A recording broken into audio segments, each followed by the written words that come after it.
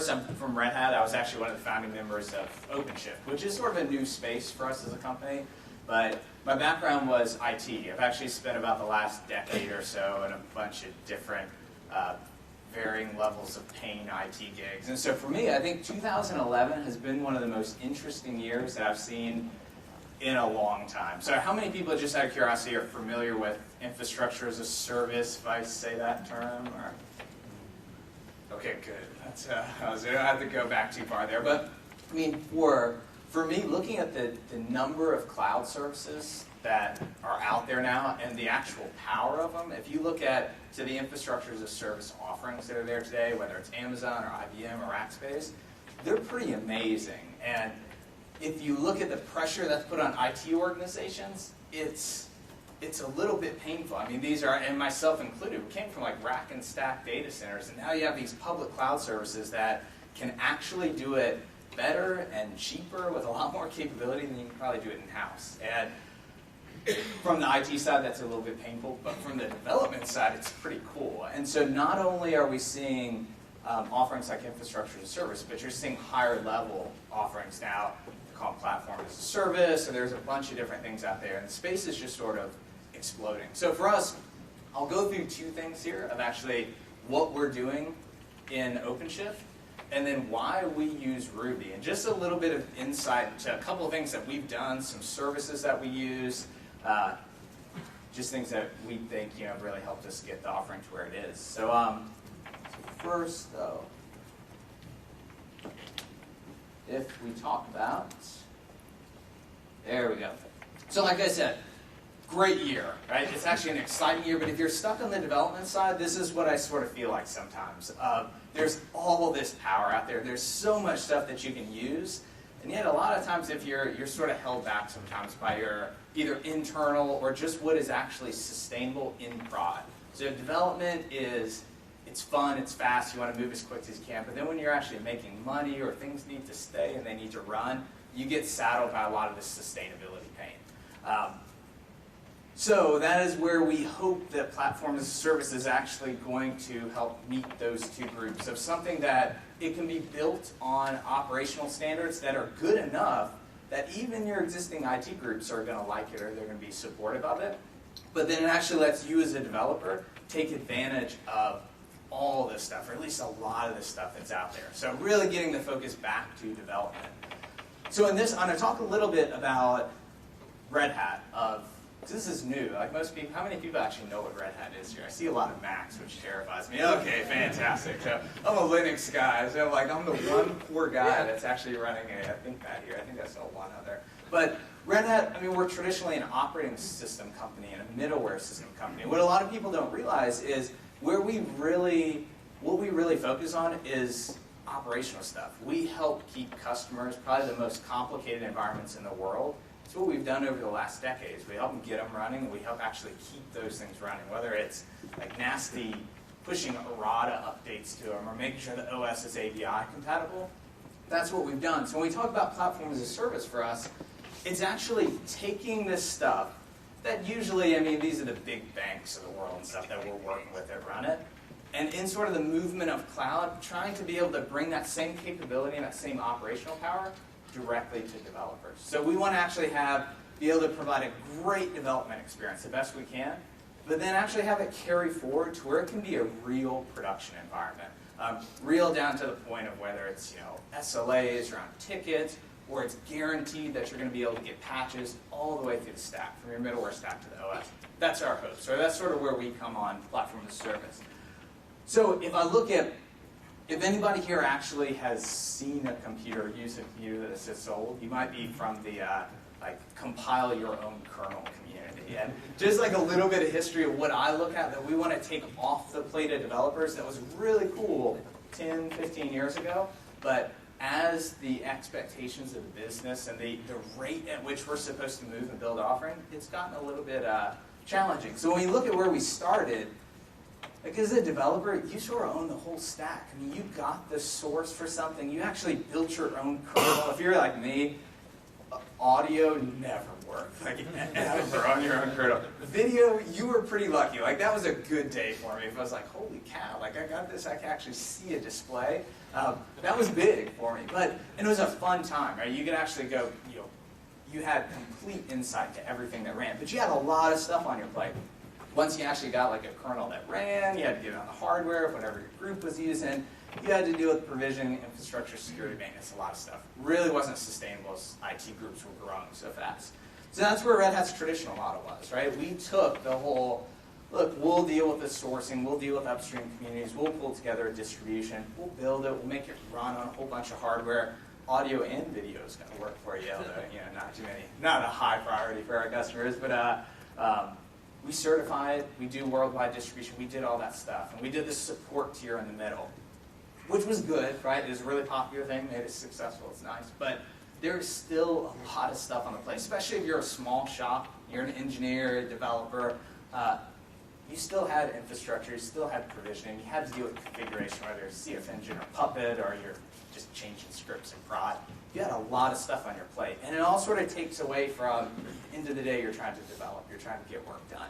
So this is what we're hoping, our view when we look at PaaS, it's how much extra stuff can we pull over there to the left? And a lot of this has changed fundamentally in the last couple of years. With the quality of infrastructure as a service offerings that are out there, we actually think we can sort of pull the provisioning aspect and the maintenance of that and the hardware aspects. Now, there are a couple things that we have to share in the middle because we can't do all your configuration for you. Like we don't know the apps or those things.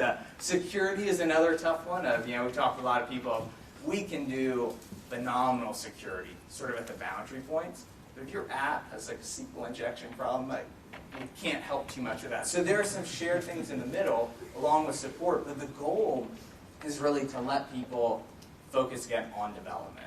So how can you spend the majority of your day doing the stuff that you like, but then actually have a lot of the operational capabilities that are offloaded that you can trust, and your IT group and your CIO or whoever can trust as well. So with that, this is where my blood pressure spikes, and I try to test my eyes on these small screens. But I am going to show a quick live demo of actually starting a rack application. And let me make sure you guys can actually see this. Read the text pretty well, good. And what OpenShift sort of is. Now I'm going to show you from like the geeky command line interface. That's just what I do. I'm one of the old like compile my own kernel guys. So that tends to be where I fall, but we have web tools and those things as well. A little easier to demo on the command line side. So what OpenShift is, the PaaS space in general, if you know like Cloud Foundry or Heroku or Orchestra or PHP Fog / App Fog or Engineer, this space is exploding. It's awesome. Like we love watching all the stuff that's done here. So hopefully some of this will be fairly familiar to this group, but I'll go through fast on my time here. So I'm going to do some fancy copying and pasting because I know I can't type when I'm doing a live demo. So all of our tools, if you actually just install the Ruby gem, and there's sort of two ways to do it. We do a lot of RPM packaging because a lot of our users are actually on Fedora and on this, but probably our second users are all on Macs. Like this group here is I think 99% there. So you just install a Ruby gem, has client tools, and all of our client tools you'll just see is RHC-something. When you're actually creating something on OpenShift, it has two parts. So one is what we call your domain. It's basically pick that thing in the DNS name that's going to be yours, that we're going to create all your apps under. And the second thing is go create all your apps and use them.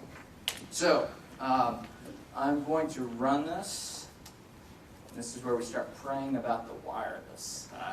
So to talk about what this does. So I'm actually creating an application, that little dash A that's saying my, and the type is going to be a rack application. We sort of standardize, instead of saying like this is a Rails application, we try to sort of standardize to the rack tier because it lets us run whatever you're going to run underneath that. And we'll switch this to actual Rails application. Dash P is just a fancy environment way, so you guys don't have to see me type my super secure password every time I run these commands. But what's happening now is, so this has actually gone out to our cluster servers. It reserved your DNS name, propagating that DNS name worldwide. So if you're in like Asia Pacific, it might take a little bit longer to get it than if you're over here. It's going to wait till that's propagated. It's going to give you your URL, and this should be running. So let's see if I copy this, switch over here. You guys will see our Hello World application. Hopefully. I got to do my wireless test here. Sorry. I can type faster staring at the screen. And wireless is down for me. 1 second. I blame this guy over here. He's the one that brought me this little wireless hub. It's been nothing but pain for me. We'll see if my Google test starts running here. But that's the goal, right? So you now have basically your running rack application that's out there. Magic, you didn't have to set up DNS. You don't have to set up, you don't have to worry about it being updated or if security errata comes out for Rails or for one of the underlying packages, depending on what gems you pick. But we're going to apply all that stuff to the server. We're going to deal with basically every operational concern we can. All these things run on RHEL. So you actually get all like the ABI benefits and those things of running on RHEL. But we have free offerings now for this. So generally we try to have all of the development use cases available for free. So wireless is back up.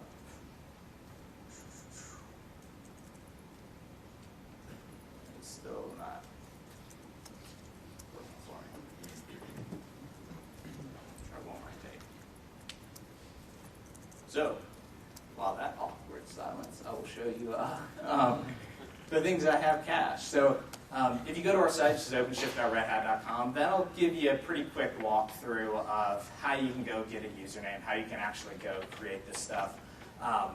What we've actually tried to do is keep these environments as native as possible. So if you were to set this up on your laptop and you were going to run Passenger on your laptop or JBoss or anything else, we want it to be almost identical. So we have snapshotting tools where you can pull down your code, and our goal is if you're running Fedora or on your Mac or CentOS, it's going to be the exact same setup, although we do a little multi-homing, that you'd run on our servers.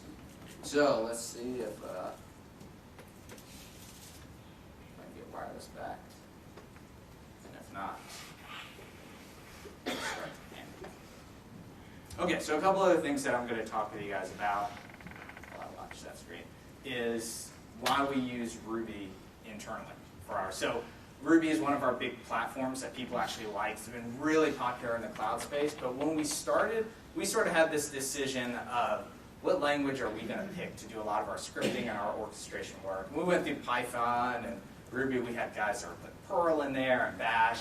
And we actually standardized on Ruby for a couple of reasons. One, it's exploding in the cloud space, but two, the ecosystem and tools around it have been really impressive for us.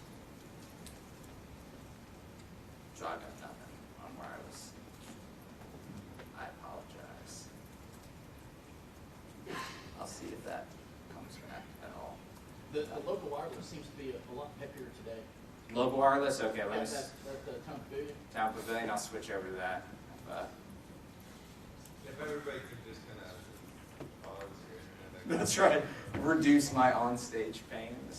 That happens to me on a monthly basis. But, so let's walk through a couple of things there. I'll switch my demo ordering. So we actually chose to do all of our development in Ruby. We do have some exceptions, like if you pull down pieces of our code, you'll see it's in Bash, because that's sort of that lowest level, the simplest thing you could possibly run in a shell. But one of the reasons that we actually chose to standardize on Ruby was the testing capabilities. So we've seen a lot of talks already, like unit testing, those things are pretty amazing, but one of the things that we liked was the web testing capabilities. And how many people have used Selenium? Know Selenium? How many people hate Selenium from like 2 years ago using Selenium RC, have scars from that? At least so. So that was my world. And actually, Selenium WebDriver has come out. And Selenium WebDriver, coupled with the headless Ruby gem, coupled with things like XBFB and a bunch of other things, has been phenomenal for us. So hopefully, let's see if I get wireless, I'm going to walk you through a quick demo of this. But I would really recommend checking out Selenium WebDriver. Their Ruby bindings are pretty good. They're not perfect, but for us to actually be able to code in Ruby, do our site's just a Rails 3 site, and then actually do all of our Selenium testing in Ruby, has been nice. Now, headless, I didn't even know about this Ruby gem until about 6 months or so ago. And the reason we use headless is we do a lot of work in the public cloud. And for us, that actually means you get a little accustomed to, like, you have X running or you have a graphics, desktop environment running. But when you're trying to run Selenium tests in Amazon or in another provider, you don't have video. You still want to get screenshots.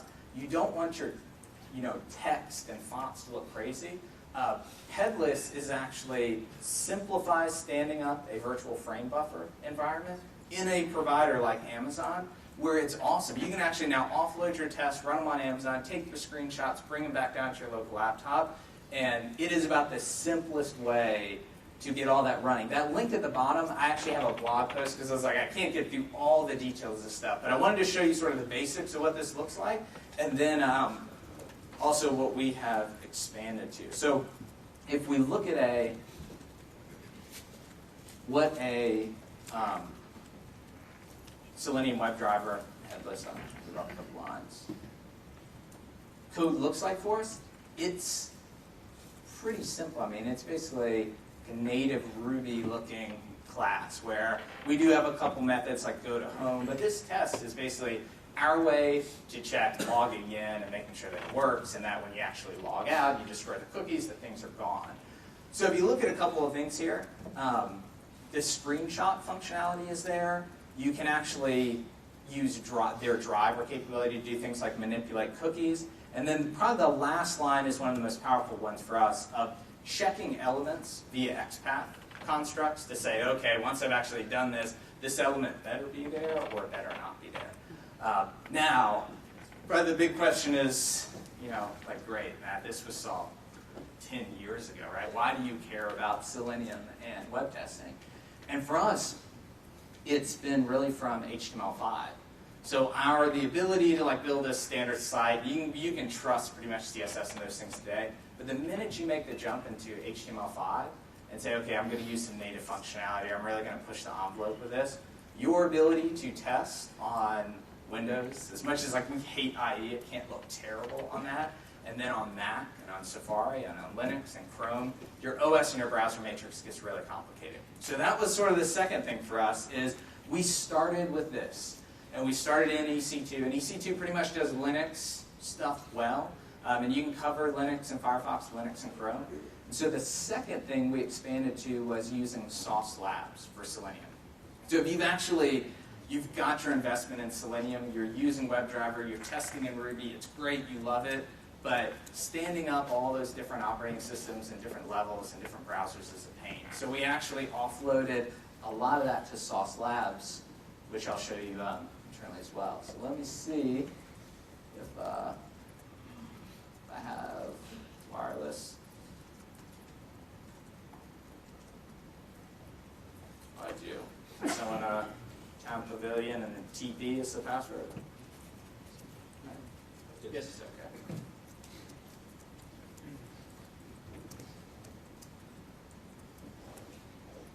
So I'll show you a quick cache view of what Sauce Labs does, and then we'll see if this actually works. So Sauce Labs, we did have to tweak our Ruby Selenium test a little bit. Things we loved about it, it let us actually keep our tests in Ruby.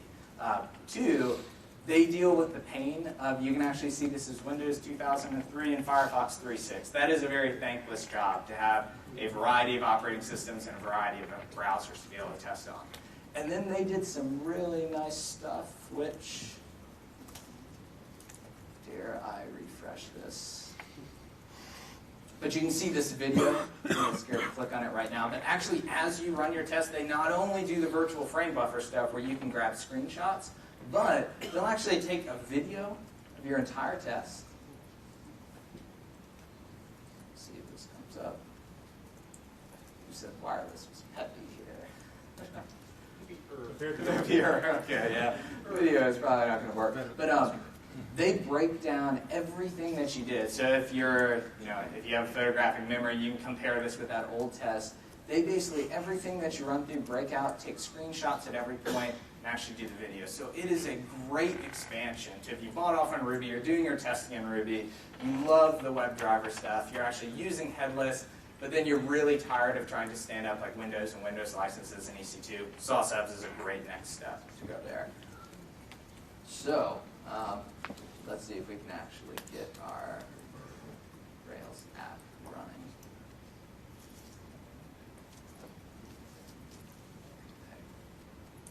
Over here, we'll see if our app is running, and I'm not sure how much time, 10 minutes,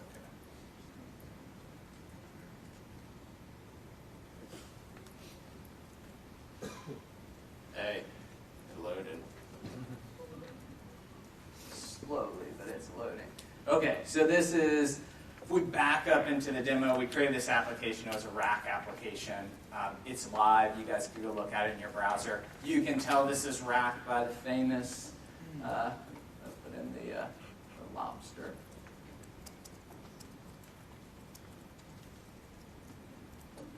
You see your lobster command, you can flip it, you can crash it.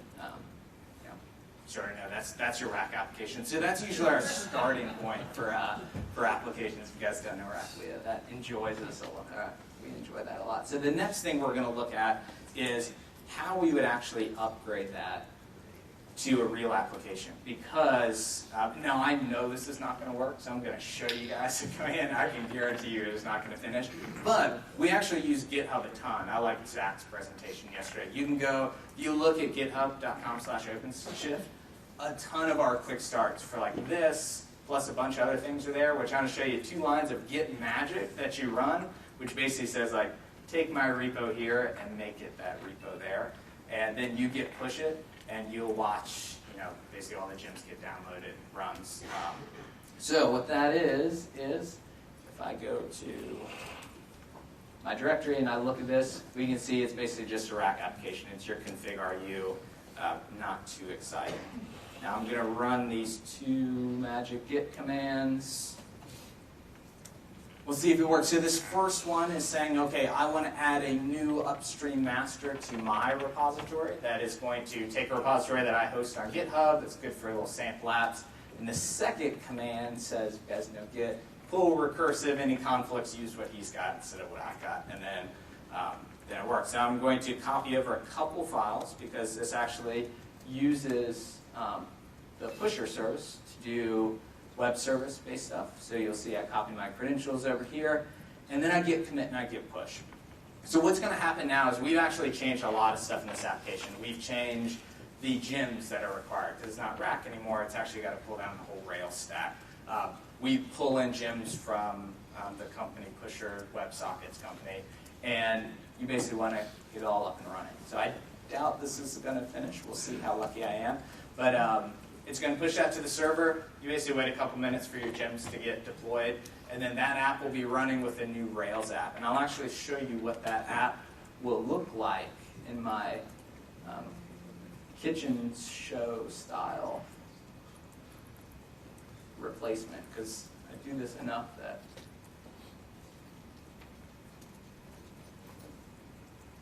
I always know I'll take X amount of pain up on stage. But you will basically see when that command finishes, you have a Rails application. It's pretty neat. Actually, we did this as a JavaScript example of how you can use WebSockets, push event-driven data from the servers, and then receive it on the command line on a WebSocket and manipulate little JavaScript things. So if you start this, you look at the debugger, you will see pusher events that come down, and you'll see the memories there. And you can do things like eat memory. It'll nicely change, but that's basically the application. But it's a nice way to go from simple rack application to I have my fancy Rails application. One of the nice parts is if you deal purely in Ruby, that's good. But a lot of us in the IT world, we have to deal with Ruby and probably like PHP, probably some Java there, and probably a bunch of other things. And our goal has been to keep the experience and the lifecycle experience completely consistent. So if you're having to deal with Java, I still code in Vim for Java. Compilation and Maven dependencies and all those things happen server-side in the deployment. It's basically the same way I do my Ruby deployments. We have a lot of quick starts that are up there. So the last piece, because I know I'm running out of time with this, that I wanted to talk about that's been a challenge for us, and we think there's a great project out there that we've liked a lot, is we have a lot of machines to deal with now. So one of the good parts about cloud offerings is you can get machines pretty quick. Right? You can get 100 machines in a second if you want. The bad part about it is they're a little bit volatile. So like those that know Amazon, like EBS is sort of painful sometimes. It just drops off the face of the earth. And you have to be able to manage your machines pretty differently than how you would manage them in a data center. So for us, we actually use the MCollective project. Anyone familiar with that? Used Qpid before? So this is something that you wouldn't see if you were using OpenShift, but it's something we use behind the scenes. MCollective actually uses messaging technology behind the scenes to be able to subscribe, do operations, do controlled operations on your machines, and be able to query them, pull facts back if you're familiar with Factor, and it lets us make a lot of decisions like, what is the best machine that is in the right state to take the next application? So we have a lot of machines out there, they're changing state all the time. Our users are very volatile with them, and MCollective has provided a great messaging-based way to actually query that infrastructure real time and then do operations like deployment for it. We actually took the MCollective backend out and replaced it with AMQP and Apache Qpid instead of Stomp, which it uses. That was another thing we loved about it, is they use messaging, but they're disconnected enough to where we could replace it with a stack that we were most comfortable with. So with that, that's what we do. I apologize for the shaky live demo. That always hurts my heart a little bit. And then the quick tools, I like to Creative Commons, all the pictures, Creative Commons, fantastic place to get presentation pictures. All the slides done in Inkscape and the fancy HTML5 stuff in SOSI. For that, I think I have like a minute. Any questions or? Okay. Off the hot seat here. Oh, one question, sorry. Sorry, I had a question. I think maybe I misheard you, but you were saying sometimes you upgrade, you do like patches, like Rails, and maybe other gems.